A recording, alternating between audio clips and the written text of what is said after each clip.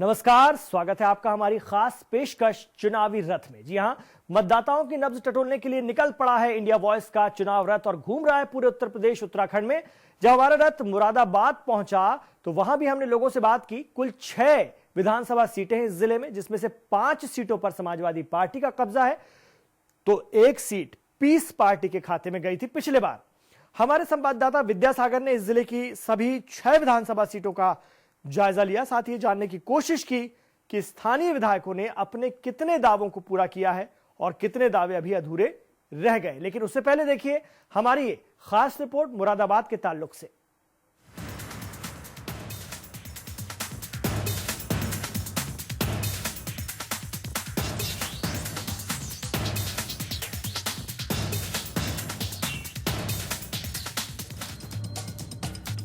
विधानसभा चुनाव की तमाम सरगर्मियों से आपको रूबरू करवाने के साथ साथ मतदाताओं की नब्ज टटोलने के लिए निकला इंडिया वॉइस का ये खास चुनावी रथ पहुंच चुका है मुरादाबाद।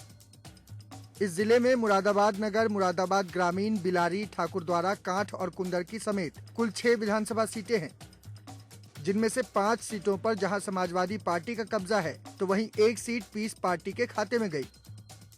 सबसे पहले बात करते हैं मुरादाबाद नगर विधानसभा सीट की। 2012 के विधानसभा चुनाव में इस सीट से समाजवादी पार्टी के उम्मीदवार मोहम्मद यूसुफ अंसारी विधायक चुने गए। उन्होंने बीजेपी के रितेश कुमार गुप्ता को हराकर जीत दर्ज की। मुरादाबाद नगर के बाद बात करते हैं मुरादाबाद ग्रामीण विधानसभा की। पिछले चुनाव में ये सीट भी समाजवादी पार्टी के खाते में गई और एसपी उम्मीदवार शमीमुल हक विधायक चुने गए। तो वहीं बीजेपी के सुरेश चंद्र सोनी को हार का मुंह देखना पड़ा। मुरादाबाद ग्रामीण के बाद बात करते हैं बिलारी विधानसभा की। इस सीट से एसपी नेता मोहम्मद इरफान विधायक हैं। इरफान बीएसपी के लक्ष्मण सिंह को मात देकर विधानसभा पहुंचने में सफल रहे। इसके बाद चुनावी रथ का अगला पड़ाव बना ठाकुरद्वारा विधानसभा। 2012 के विधानसभा चुनाव में इस सीट से बीजेपी नेता सर्वेश सिंह विधायक चुने गए, लेकिन लोकसभा चुनाव जीतने के बाद उन्होंने इस सीट से इस्तीफा दे दिया, जिसके बाद हुए उपचुनाव में एसपी उम्मीदवार नवाब जान विधायक चुने गए। जबकि बीजेपी के टिकट पर चुनाव लड़ रहे राजपाल चौहान को हार का मुंह देखना पड़ा। ठाकुरद्वारा के बाद चुनावी रथ का अगला पड़ाव बना कांठ विधानसभा। पिछले चुनाव में इस सीट से पीस पार्टी के अनीसुर रहमान विधायक चुने गए, तो वहीं बीएसपी के रिजवान अहमद दूसरे नंबर पर रहे। कांठ के बाद चुनावी रथ का आखिरी पड़ाव बना कुंदरकी विधानसभा। इस सीट से एसपी के मोहम्मद रिजवान विधायक हैं। उन्होंने बीजेपी के रामवीर सिंह को हराकर जीत दर्ज की। पिछले चुनाव में समाजवादी पार्टी जहां 6 में से 5 सीटें जीतकर अपने गढ़ को बचाने में कामयाब रही, तो वहीं कुछ सीटों पर जहां बीएसपी के उम्मीदवार दूसरे नंबर पर रहे, तो वहीं कुछ सीटों पर बीजेपी के। ऐसे में इस बार के चुनाव में भी सपा अपने किले को बचाने के लिए पूरी ताकत के साथ जुटी है, तो वहीं विपक्षी दल सेंध लगाने की पूरी कोशिश कर रहे हैं। चुनावी रथ से विद्यासागर की रिपोर्ट।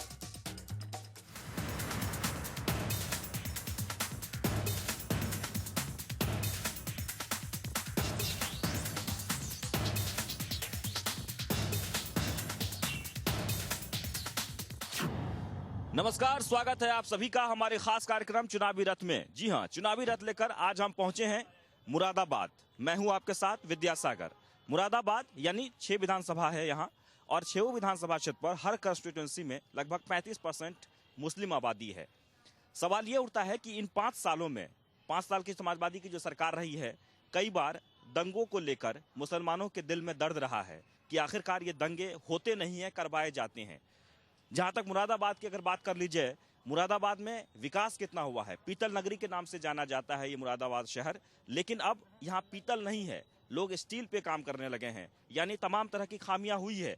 इन सब चीजों को लेकर हम आज जानेंगे। हर विधानसभा क्षेत्र में हम जाएंगे, हर विधानसभा में ये देखने की कोशिश करेंगे कि आखिरकार वहाँ जनता का मिजाज क्या है, मुसलमानों के दिल में अब क्या बसता है, क्या कौन सी पार्टी उनके दिल में अब जगह बना रही है, हम जानने की कोशिश करेंगे। लेकिन इससे पहले हम बता दें कि इस वक्त हम हैं मुरादाबाद रेलवे स्टेशन पर। रेलवे स्टेशन क्योंकि बीच मध्य में है और यहाँ लगातार लोग आते जाते रहते हैं, यात्रीगण यहाँ पर आते हैं। हम उनमें से कुछ लोगों से बात करेंगे कि आखिरकार मुरादाबाद में इस वक्त क्या कुछ चल रहा है, कैसा मिजाज है। क्या नाम है आपका? मोहम्मद आसिफ। तो आप मुरादाबाद के रहने वाले? जी जी प्रॉब्लम। तो मुरादाबाद में किस तरह का माहौल चल रहा है? माहौल तो सब मिला जुला चल रहा है, अभी है कोई ऐसी थी मतलब सही चल रही है। और जहाँ तक ख्याल है इस टाइम अखिलेश भैया ही जो है मतलब लोगों के माइंड में चढ़े हुए हैं। पब्लिक के जो है ना इस टाइम है ना मतलब विधायक कौन है क्या है ये किसी को नहीं देख रहा है किसने क्या काम करा। बस इस टाइम अखिलेश भाई ने सही काम करा है, बहुत अच्छा काम करा है। पब्लिक क्या काम किया है अखिलेश यादव ने 5 सालों में? काम क्या किया है भाई? जैसे नोटबंदी हुई थी तो जैसे मोदी जी ने तो पूछा ही नहीं हाल। अखिलेश भाई ने तो बुला बुला के सबको है ना सुविधा दी, परिवार को सुविधा दी है। और जहाँ तक उन्होंने बाद में ये भी कहा था अगर कोई परेशानी होती है। कुल मिलाकर इनका ये साफ तौर पर कहना है कि नोटबंदी में जब हम लोग परेशान थे तो किसी ने नहीं पूछा, अखिलेश यादव ने पूछा। और भी हमारे साथ लोग हैं, आप बताइए। मेरा नाम हेमराज सिंह है। मेरा कहना ये है कि नोटबंदी पे असर तो हुआ, कोई चीज़ का अगर बदलाव होगा तो असर तो होगा, उसमें कोई दिक्कत वाली बात तो है नहीं। कोई भी चीज़ हो, बाकी ऐसा कुछ नहीं, ज़्यादा परेशानी नहीं हो, थोड़ी बहुत तो परेशानी होती है, समझे। तो मोदी जी ने कोई गलत तो कहा नहीं, अब लोग जैसे भी चाहे। लेकिन जो उद्योग है ना उस पर बहुत असर पड़ा है, ऐसा लोग कहते हैं। तो ये तो होता ही है। आप कोई चीज़ अगर बंद होगी तो उसका असर तो पड़ेगा ही पब्लिक पे। यहाँ सही माहौल है, कोई दिक्कत नहीं है किसी तरह की। पार्टी वाला यहाँ कोई ऐसा दिक्कत नहीं है, कोई दंगे फसाद वाली कोई बात नहीं। जिसे जहाँ वोटिंग करनी वो करेगा, समझे। जो जिसके साथ है वो उसी देगा। अभी मिजाज नहीं बन पा रहा। हाँ, ऐसा कुछ नहीं है। आप बताइए। मैं समझता हूँ अभी जैसे चुनाव की तारीख नज़दीक आएंगी तभी उसका प्रभाव ज़्यादा पड़ेगा। अभी लोग डिसाइड नहीं कर पाए हैं। लेकिन अब हम ये जानना चाहेंगे, मुरादाबाद शहर जो है दाल के लिए मशहूर है, इसके बाद पीतल के लिए मशहूर है। यहाँ शेर व शायरी भी बहुत होती है, वो भी हम देखेंगे जाकर, वो भी हम सुनेंगे यहाँ के जो मशहूर शायर हैं उनसे। लेकिन मुरादाबाद का विकास कितना हुआ? डेवलपमेंट देखिए, यहाँ पर कोई भी गवर्नमेंट यूनिवर्सिटी आज तक कोई भी सरकार नहीं बना पाई है। जो सबसे बड़ी ड्रॉबैक है, यहाँ पर कोई भी सरकारी यूनिवर्सिटी नहीं बनी है।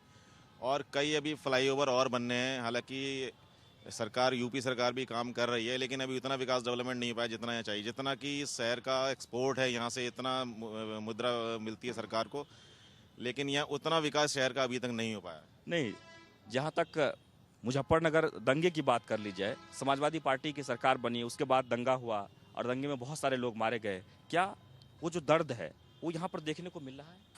ना। इस चुनाव में उसका कोई असर नहीं? ना। क्या किस तरह का माहौल है, क्या असर? सब पार्टी बराबर है।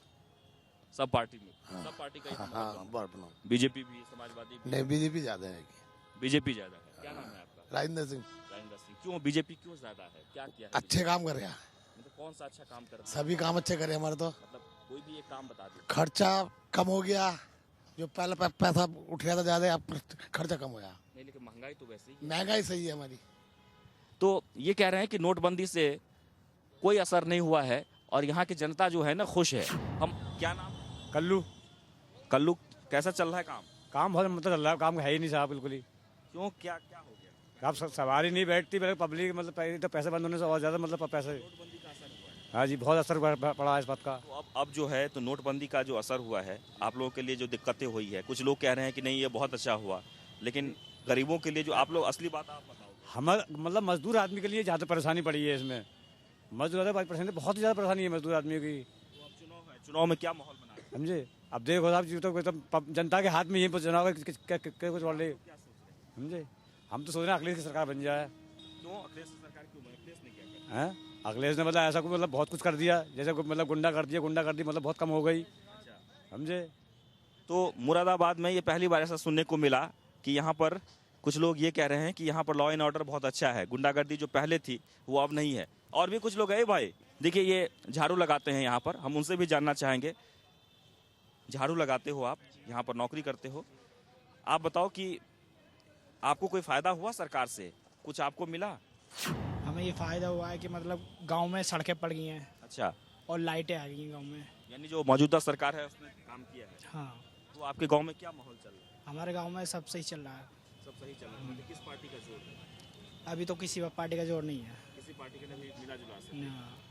तो लगभग हम ये कह सकते हैं कि जो मजदूर तबके के लोग हैं उनके दिमाग में ये है कि नोटबंदी का असर उन पर हुआ है, लेकिन फिर भी काम चल रहा है, काम तो चलाना ही पड़ेगा। चलिए आगे रुख करते हैं, अगले विधानसभा में देखते हैं कि वहाँ पर क्या स्थिति है। अब हम मुरादाबाद शहर में हैं, शहर में यानी लाइन पार हिंदू बहुल इलाका ये कहा जाता है। हम उस जगह पे पहुँचे हैं, यहाँ पर हम देखते हैं कि यहाँ क्या माहौल है। यहाँ ठेले पर दाल और समोसा, जैसे कि हम आपको पहले भी बता चुके हैं, मुरादाबाद में दाल बहुत ही मशहूर है और यहाँ दाल, जो लोग भी यहाँ आते हैं दाल ज़रूर खाते हैं।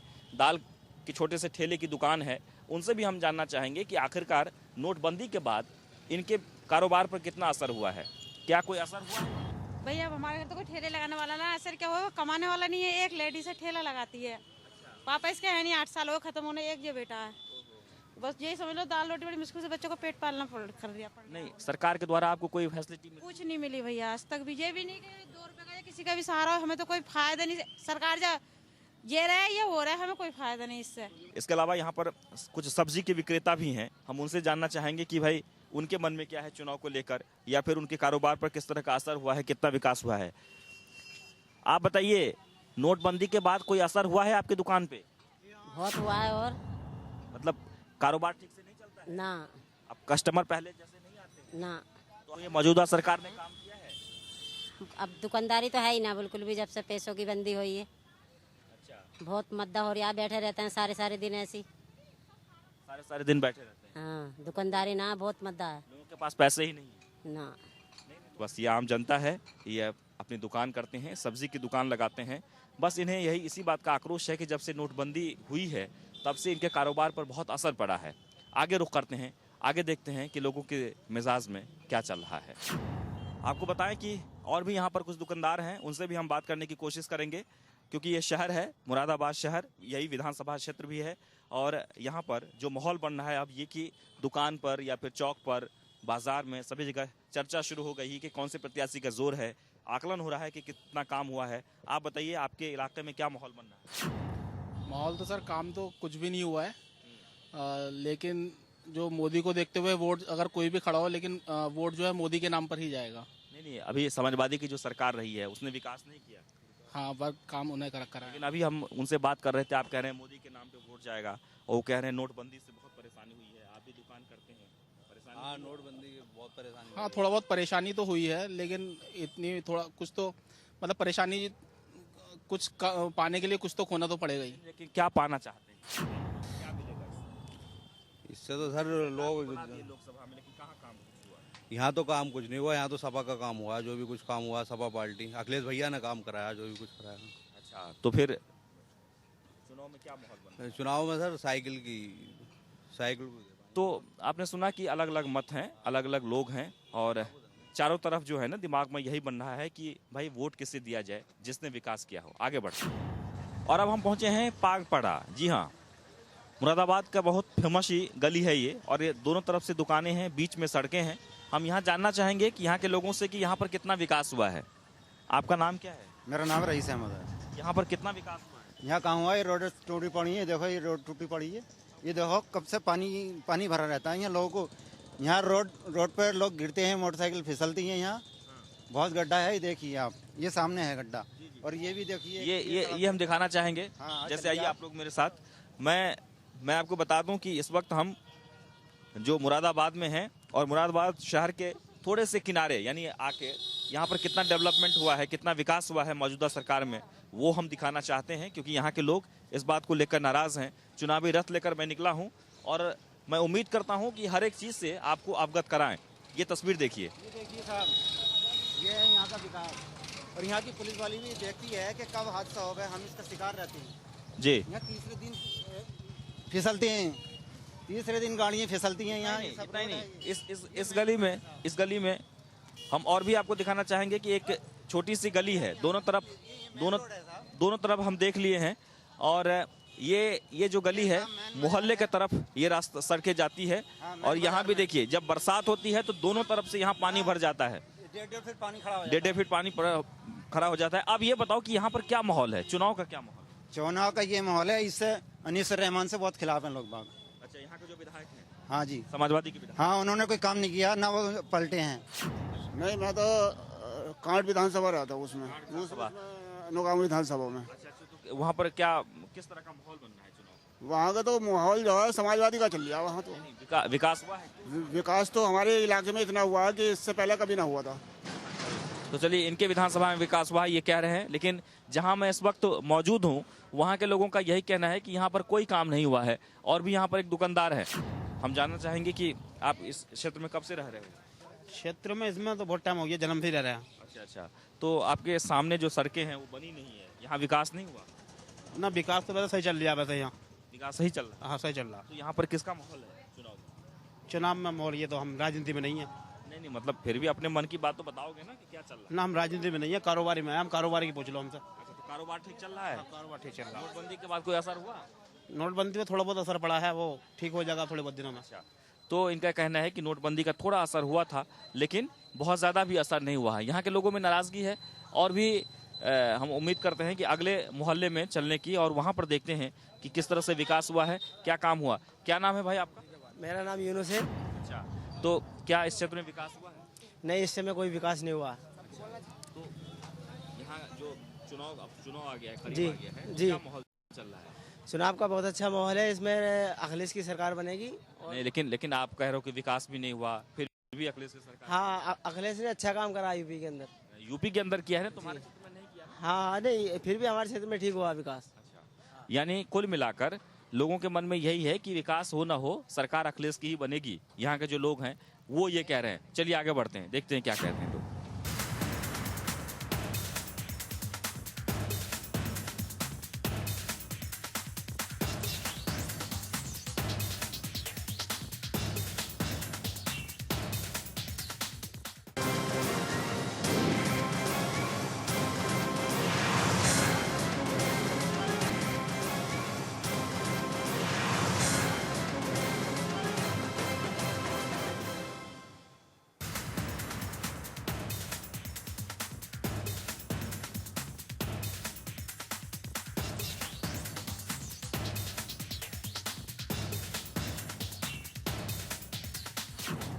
मैं इस वक्त मुरादाबाद में हूं और मुरादाबाद, जैसे कि हम पहले भी आपको कह चुके हैं, पीतल नगरी के तौर पर प्रख्यात है। पूरे विश्व में यहां से ब्रास की सप्लाई होती है। इस वक्त जो ब्रास के जो एक्सपोर्टर हैं वो हमारे साथ हैं, महेश अग्रवाल जी। हम उनसे बात करेंगे। और एक जो ब्राज़ील से यहाँ पर आए हैं, आज पिछले 40 साल से मुरादाबाद आते हैं और यहाँ से माल इंपोर्ट करते हैं, तो उनसे भी हम बात करेंगे, चर्चा करेंगे कि तब्दीली क्या हुई है उन दिनों में और अब में, क्या फ़र्क आया है। सबसे पहले महेश अग्रवाल जी, इंडिया वॉइस में बातचीत करने के लिए आपका बहुत बहुत स्वागत। धन्यवाद। अब ये बताएं कि ये जो कारोबार है, ये ब्रास का जो कारोबार है, पीतल नगरी है ये, लेकिन अब उसमें क्या चेंजेस आया है? यहाँ पर जो मुरादाबाद का जो कदीमी कारोबार है वो ब्रास हैंडीक्राफ्ट का बिजनेस का है, लेकिन पहले जो जैसे जैसे उद्योगों के अंदर महंगाई बढ़ती गई, रॉ मटेरियल के दाम बढ़ते गए, तो वो पीतल के बदले वो लोहे पे और एल्युमिनियम के ऊपर यहाँ का व्यापार बढ़ गया है इस टाइम में। लेकिन यहाँ पर भी अगर हम देखते हैं पिछले 50 सालों के अंदर व्यापार में कोई खास बदलाव नहीं आया। जो यहाँ पे काम करने का ढंग है, यहाँ पर जो इंफ्रास्ट्रक्चर है वो बहुत पुराने ढंग से काम कर रहे हैं। जो शहर है हमारा वो बहुत ही कंजेस्टेड है।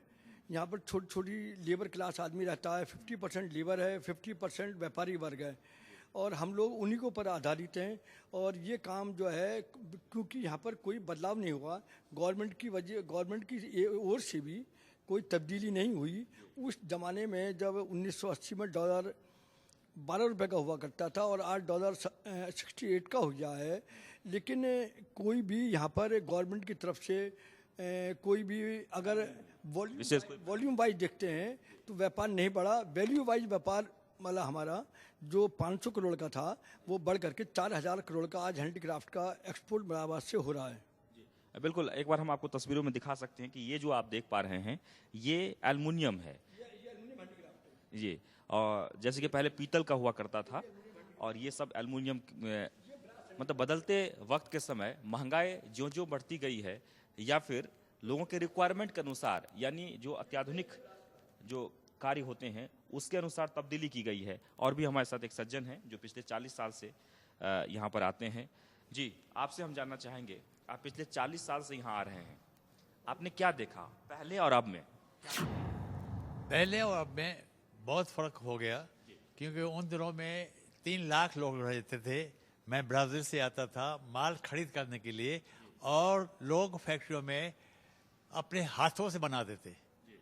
उसमें और आज में बहुत चेंज आ गई, क्योंकि वो लोग जो पहले काम करते थे, जिसको हम कहते हैं फादर्स या एंसेस्टर, वो आज जमाने में आते हुए लोगों की चाइना बदल गई, क्योंकि इनके हाथ में अभी जो ब्रास का माल हुआ करता था, जिससे वो बनाते थे कोई भी आइटम, वो बनना बंद हो गया, क्योंकि इस आइटम को जिसका नाम ब्रास है वो थोड़ा महंगा हो गया। लेकिन हमारे यहाँ जो हम इम्पोर्टर्स हैं ब्राज़ील में, मार्केट लाने के लिए कोई भी आइटम उसी हिसाब से बन जावे तो चलने वाली बात है।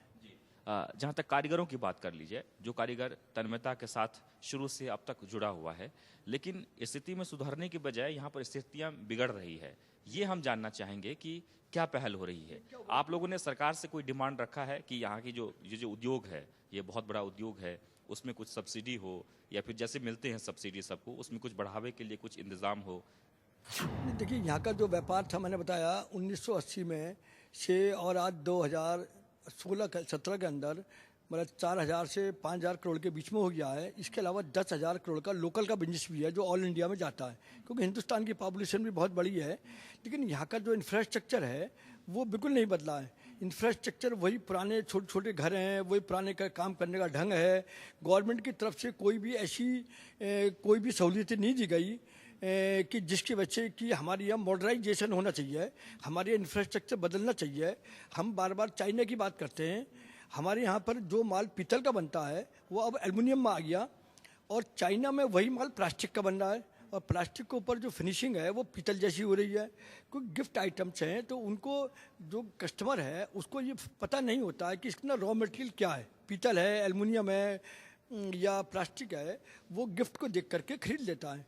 और उसकी वजह से कि यहाँ का जो व्यापार है, अगर हम वॉल्यूम वाइज देखें तो यहाँ का बिजनेस एक्सपोर्ट का कम से कम 15,000 करोड़ का होना चाहिए था, जिस तरह से डॉलर की कीमत और जिस तरह से महंगाई बढ़ी है। लेकिन यहाँ का बिजनेस जो है वो 2008 के बाद कोई बिजनेस बढ़ा ही नहीं है। 2008 में भी यहाँ का बिजनेस 4,000 करोड़ का था, और 2017 में भी आज यहाँ का बिजनेस 4,500 या 5,000 करोड़ का है।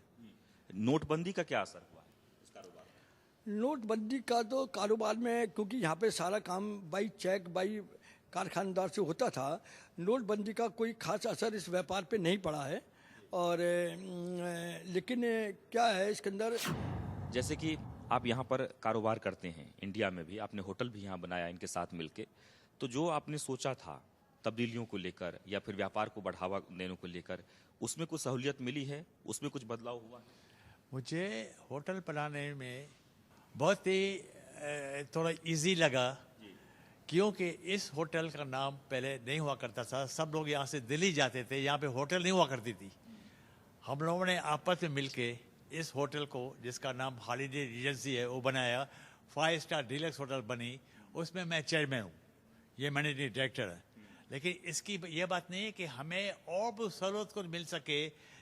जैसे फॉरेनर आते हैं, उनके रहने का पहले नहीं हुआ करता था बंदोबस्त। 76 में जब मैं आया था, घर में रहता था, होटल नहीं हुआ करती थी। आज उसी वजह से हम लोग बहुत खुश हैं कि हम लोगों ने मॉडर्नाइज करके इस होटल को बना दिया है। 130 मीटर में है ना, कितने मीटर में है? ये जो है 28,000 स्क्वायर मीटर में बना हुआ है, 45 बीघे में बना हुआ है, और जो ये वर्ल्ड क्लास दुनिया में अपना एक स्थान रखता है। और हिंदुस्तान के अंदर यूपी में ये 4th श्रेणी में आता है, 5 स्टार डीलक्स होटल। तो अब चूंकि चुनाव का समय है, सरकार से क्या अपेक्षाएं हैं आपको, कैसी सरकार चाहिए? देखिए, जो मुरादाबाद का व्यापार है, जिस क्षेत्र में हम रहते हैं, तो मेरा विचार यह है कि गवर्नमेंट जैसे मेड इन इंडिया का नारा दे रही है, उसके अंदर जो सबसे ज़्यादा लेबर का मतलब आइटम है वो मुरादाबाद में बनते हैं। तो उसके हिसाब से गवर्नमेंट ऑफ इंडिया को, हमारे प्रधानमंत्री जी को इस क्षेत्र के अंदर ज़्यादा ध्यान देना चाहिए, ताकि जो यहाँ पर इस टाइम आबादी 2 लाख थी पहले, वो आज बढ़ के 14 लाख हो गई है। तो उसमें 6 लाख लेबर क्लास है। हमारी स्मृति ईरानी जी भी आई, हमारे यहाँ गंगवार साहब भी आए, उन्होंने बड़े बड़े वायदे किए, लेकिन कोई भी काम यहाँ के व्यापार को बढ़ाने के लिए, यहाँ की लेबर के लिए कोई भी ऐसे सुदृढ़ काम नहीं किए गए जिससे उनका अगर रहन सहन, उनकी अगर काम करने का ढंग अगर मॉडर्नाइजेशन होगा तो हम चाइना से भी बहुत आगे बढ़ सकते हैं। यहाँ के आदमियों में इतनी खासियत है, इतनी मतलब दिमाग है यहाँ के आदमियों में कि हम वर्ल्ड में जो हमारा नाम है आज पूरे हिंदुस्तान के, पूरे दुनिया में मुरादाबाद का एक नाम है, उस नाम को हम कई गुना बढ़ा सकते हैं जो पिछले 20 सालों में नहीं बढ़ा है। सिर्फ हमने ही जो होल्डर एजेंसी है उसने एक ऐसी पहल की है, उसने वर्ल्ड क्लास होटल ला करके इस क्षेत्र के व्यापार को बढ़ाया। यानी मोदी जी बार बार ये तो कहते हैं मेक इन इंडिया के बारे में, विदेश में भी जाते हैं, लेकिन वो पहल नहीं हो रही है। नहीं, वो जिन क्षेत्रों के अंदर सहूलियत दे रहे हैं उसमें मुरादाबाद भी 2 महीने पहले आए थे, उन्होंने वायदा इस क्षेत्र के लिए नहीं किया, तो लेकिन एक चुनावी वादा ना हो करके मैं चाहता हूं कि जो भी काम हो वो प्रायोगिक हो, और ताकि यहाँ पर जो 6 लाख लेबर क्लास आदमी रहता है उसके अगर वो हाथ मिलाएंगे तो हमारा हिंदुस्तान का जो मैं मुरादाबाद का जो पूरी दुनिया में नाम है वो कई गुना बढ़ जाएगा। और जय हिंद जय भारत। जय हिंद जय भारत। तो आपने सुना पीतल नगरी है ये, और यहाँ पर किस तरह की दिक्कतें हैं या फिर उद्योग में किस तरह से गिरावट आया है। सरकार अगर पहल करेगी तो निश्चित तौर पर यहाँ एक बार फिर से मुरादाबाद जो कि दुनिया में प्रसिद्ध है वो फिर से वैसे ही बन जाएगा। तो मुरादाबाद शहर में और गांव में हम हाल जानने के लिए निकले थे, और हाल हम जाने भी, लोगों की जुबानी सुने भी, और आपने भी सुना कि आखिरकार यहाँ के लोग किस तरह से विकास को लेकर वंचित हैं और बात कर रहे हैं। और इन्हें दर्द भी है कि आखिरकार जब भी चुनाव का समय आता है तब तो सब लोग आते हैं, लेकिन उसके बाद सब भूल जाते हैं। अगले जिला का रुख करते हैं। फिलहाल आज के इस कार्यक्रम में बस इतना ही, लेकिन जाने से पहले हमें स्पॉन्सर लेमन का हम धन्यवाद देना चाहेंगे। कैमरामैन रुपेश के साथ विद्यासागर, मुरादाबाद।